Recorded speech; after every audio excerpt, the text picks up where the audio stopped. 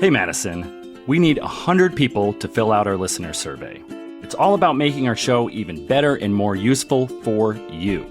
It's multiple choice and takes about 5 minutes. And anyone who takes the survey will be eligible to win a $250 Visa gift card. So please visit citycast.fm/survey right now. That's citycast.fm/survey. Today on CityCast Madison. It's state budget time. Everything from roads to schools to taxes is at stake when the governor and lawmakers arm wrestle over how to spend our money. A showdown between Governor Tony Evers and Republican lawmakers over funding for local governments nearly brought negotiations to a grinding halt last week. But folks, they have a deal. It includes a boost in revenue for Wisconsin cities and more money for public and private schools. Lawmakers could vote this week. WisPolitics Senator J.R. Ross is here to tell us what this means for you. It's Monday, June 12th, and here's what Madison's talking about.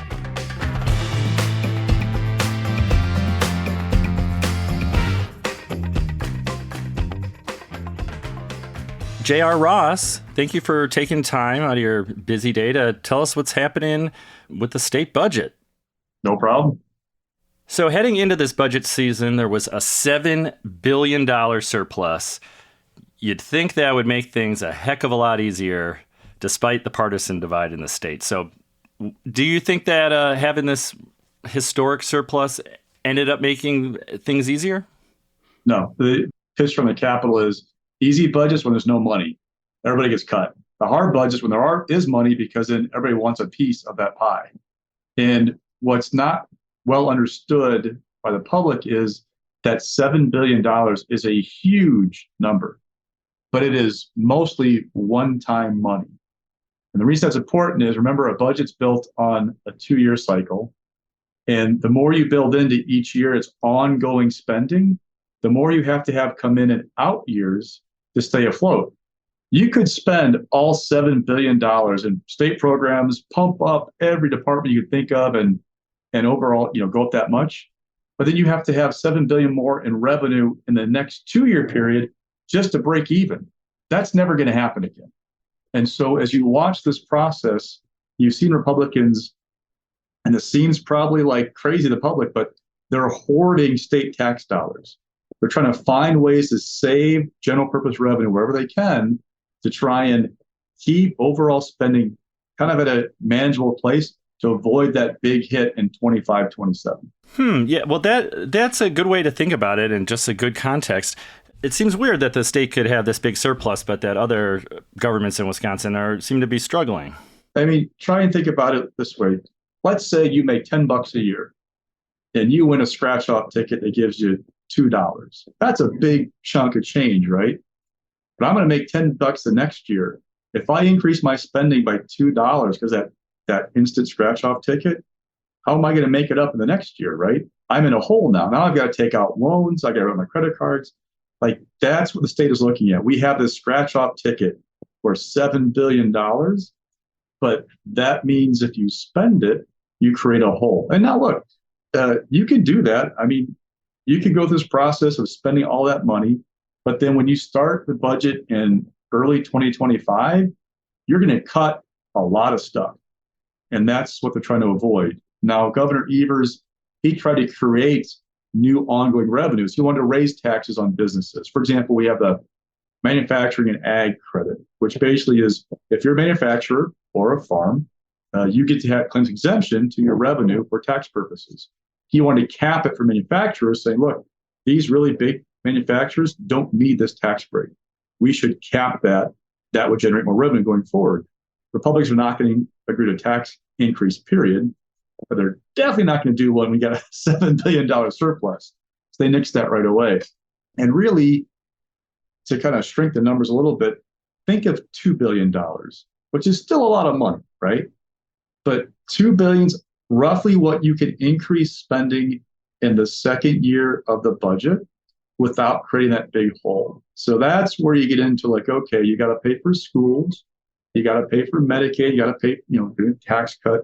That's kind of like your rough number without creating a hole. Now, you could go above 2 billion. That's not saying you shouldn't or can't, but that's where you create that hole.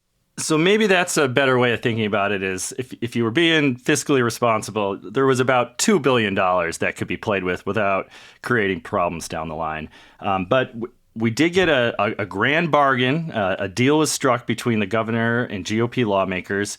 And this deal was important because it seemed to settle big key aspects of the budget, including school funding and money for cities. So what does this agreement mean for Madison in particular? Now, Madison, really the county, it gets a big boost if this all goes through. So they do pretty well, but it's not like it's earth-shattering. Several $1 million for Madison, I think off the top of my head, something like that. Remember, this is taking 1 penny of the 5-cent sales tax. You segregate that into a new fund. That fund goes toward local governments. The sales tax, collections, has gone up every year but 2 in the past 20 years. Those 2 were during the Great Recession. It goes up year after year. So, and projected to go up. So as that pot of money gets bigger, the payments get bigger. There's your built-in increase going forward to avoid this 20 years of being frozen like we've had in the past. Okay, so that would benefit cities like Madison. And what about school funding? How happy do you think school officials in Madison are with this deal? To be determined. So the only bills we have right now, right? So we have the shared revenue bill that passed the assembly. They're going to create a new amendment to add these changes that the governor agreed to with Republicans. There is a new education bill. That bill only deals with the choice and charter pieces, raising that voucher limit, that voucher payment from the state per kid going forward.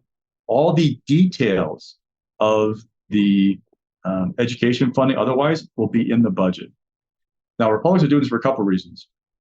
Remember, Governor Evers has a partial veto authority, which means he can strike out parts of a bill, but only if it spends money. So if you have a bill that just sets policy, it's a sheer up or down veto. We know there's going to be $1 billion in new money for schools. And the key phrase is spendable money. In past years, Republicans have put more money in the formula for schools, but money to drive down property taxes. So the way we fund schools in Wisconsin is there is a per pupil limit on revenue. That's basically every district has a number of, we can raise this much per kid between state aid and property taxes. So if you raise that per pupil limit, the more state aid that goes in, the less you can raise from property taxes, unless that per pupil increase keeps pace with everything else. So we know it's $1 billion. We don't know the mix between state money and property taxes that's going to go in, and it will impact every district a little bit differently. So now we wait for what the budget looks like and how that's all hashed out. Man, they don't make this easy to understand, JR, do they? Especially the school formula stuff. Yeah, and there are different pots. So you've got the general school aids, which were based, again, a lot of the system with state aid years ago is how wealthy or poor you are. The wealthier district you are, the less you got in state aid for your schools because they figured you could raise it from property taxes. To wrap it up, the Madison School District will likely see some sort of increase as part of the deal struck between Evers. Yes. The thing to watch going forward is the tax cut. What's it going to look like? Devin Lemieux, the Senate leader, wants to do a flat tax. The co-chairs of the Finance Committee have said that's not going to happen. Evers said that's not going to happen. But could you maybe tweak the top of the tax bracket? We got 4 tax brackets in Wisconsin.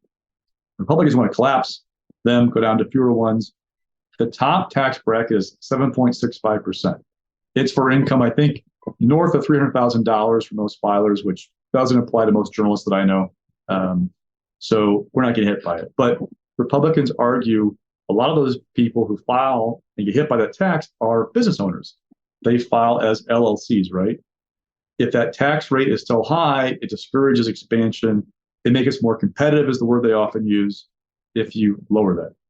Evers does not want to lower the top tax bracket, right? He wants to create credits for the lower tax brackets to help more middle class folks. What's it going to look like? And as much as we've talked about a deal on shared revenue and education, if Republicans were to go super aggressive and do a flat tax, I don't know, Evers has signed that. He might have a problem with that and say, look, this is too much for me. He has threatened vetoes on the budget before. But each time he's come through and signed it because of education. Like, he didn't want to mess up the education spending. So the thought is for Republicans is, we put enough money in for education, he will sign about anything. But what if you cross that red line on taxes and UW system? We are pretty confident from our reporting that Robin Voss is going to direct them to nick the system some way. He is on a personal warpath with UW. It goes back years, involves free speech on campuses, diversity, equity, inclusion, and student turnout.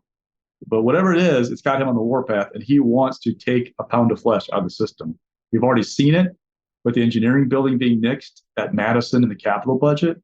So the question is, are they going to hold the system flat for state aid or take some away? That's the another big thing that's going to impact Madison a great deal. Just to sum up all what you just said there, Republicans among themselves sort of have to sort out some kind of tax cut while making sure that they don't go so far that Governor Evers vetoes it. Yeah. And another big thing that still needs to be figured out is the UW-Madison. And it does seem like Assembly Speaker Robin Voss has an axe to grind. And we could see just totally flat funding for our university system, despite having this surplus. Yeah. I mean, look at it this way. Republicans love the tech college system. Like, they see it as a job creator because it fills people into like trades and all that kind of stuff. The tech college system got $7 million more in state aid. All right. So that's not a huge boost. If they love the tech college system, give $7 million, what are they going to do to UW?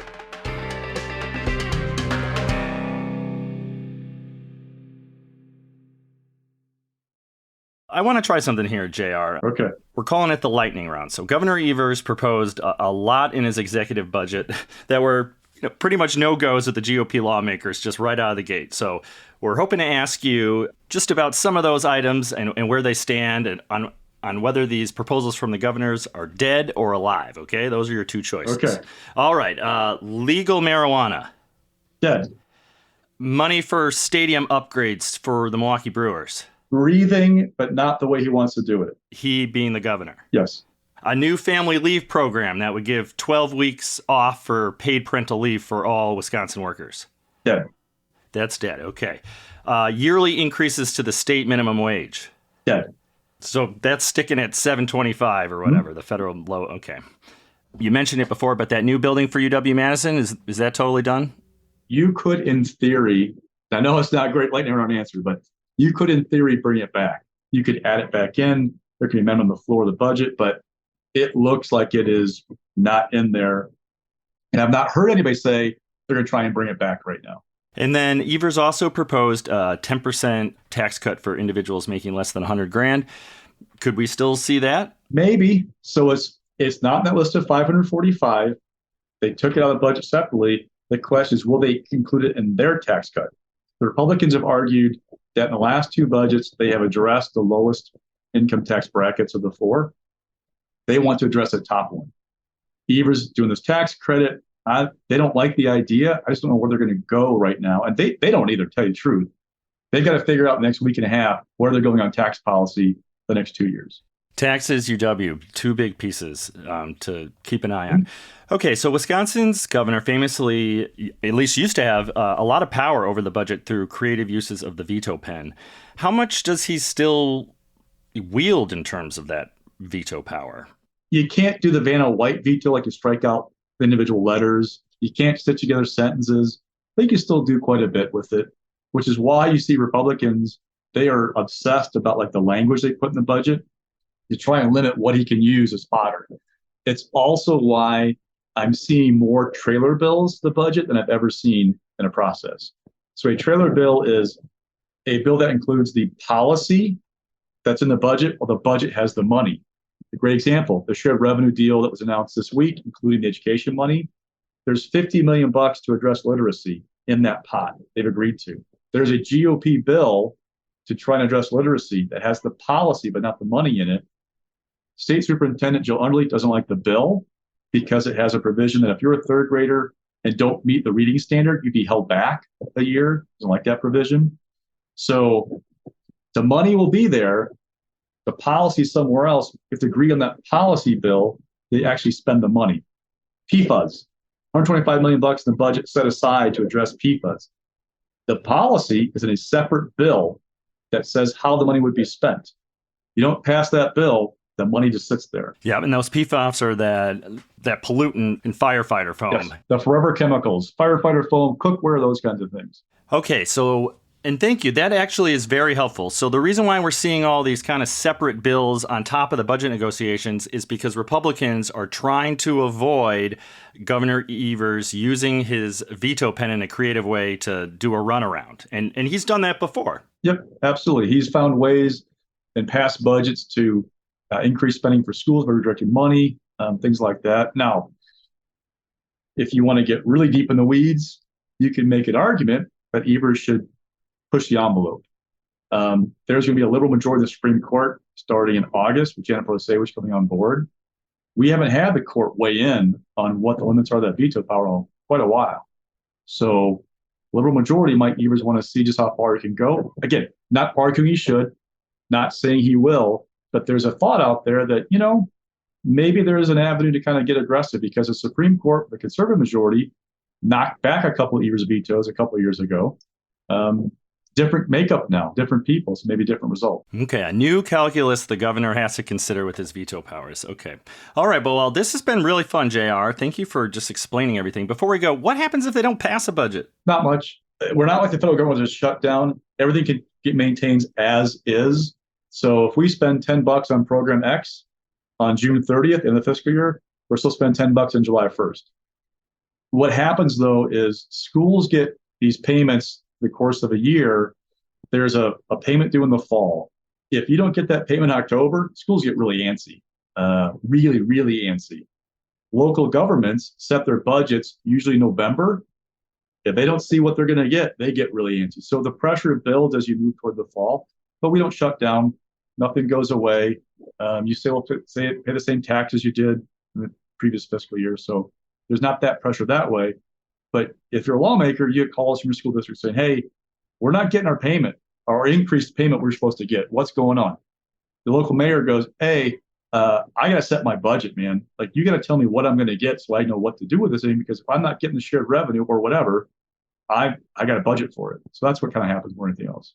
All right, so that's why they can kind of blow through the July 1st deadline, but there is pressure as you're moving towards the rest of the summer. J.R. Ross, WIS Politics, thank you so much for talking us through the state budget this year. Sure, anytime. That was J.R. Ross, editor of WIS Politics.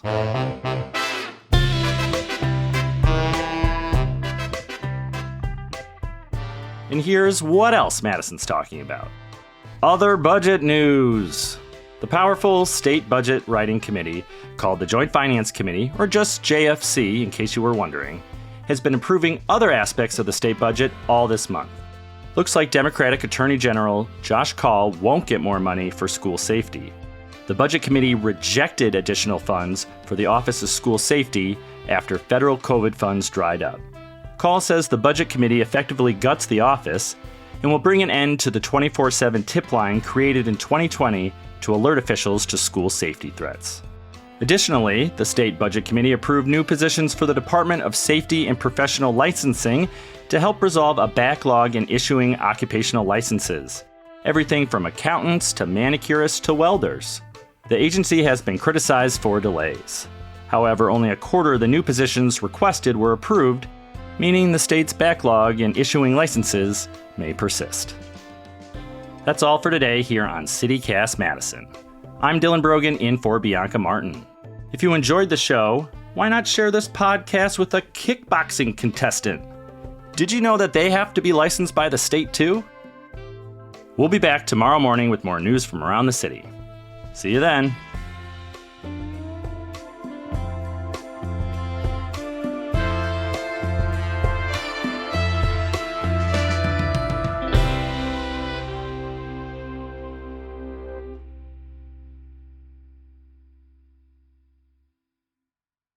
And no acronyms, Molly. Ah, yes, we made Molly very happy.